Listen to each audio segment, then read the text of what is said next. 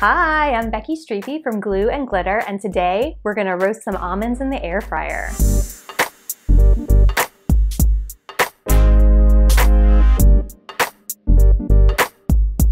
These air fryer roasted almonds are oil-free, they're garlicky, and they are super delicious.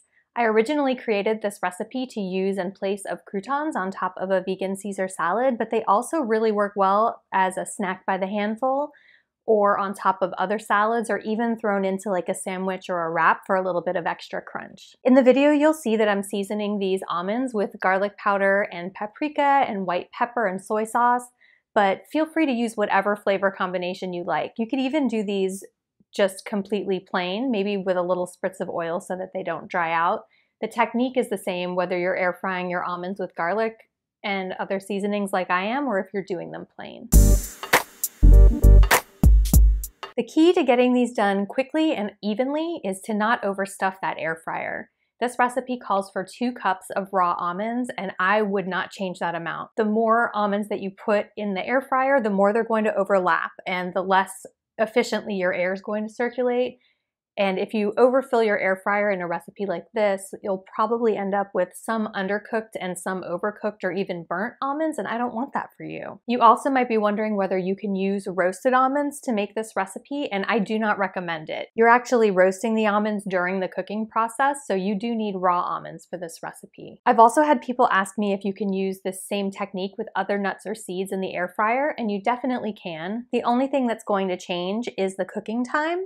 So something smaller like a sunflower seed, or I don't know, a smaller nut than an almond that I can't come up with off the top of my head right now, is gonna cook for less time. And then if you have something bigger, it might cook for a little bit longer. So I would say just check in every 2 minutes for doneness. And remember, your nuts and seeds are not done roasting when they are completely hardened, because they actually keep cooking as they're cooling.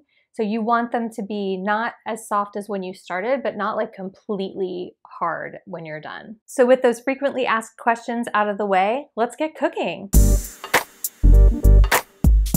You're going to start by creating a paste of the soy sauce and the seasonings. Because you're not using oil, you want a thicker paste like this because that is going to have a much easier time sticking to all of the nuts. Add a tablespoon of soy sauce to a large bowl, and then add a tablespoon of garlic powder, a teaspoon of paprika. You could use smoked paprika too, that would be really good in this recipe. And then also add a 1/4 teaspoon of white pepper. And then stir those ingredients really well. I like to use a fork to kind of whisk them until you have a nice thick paste.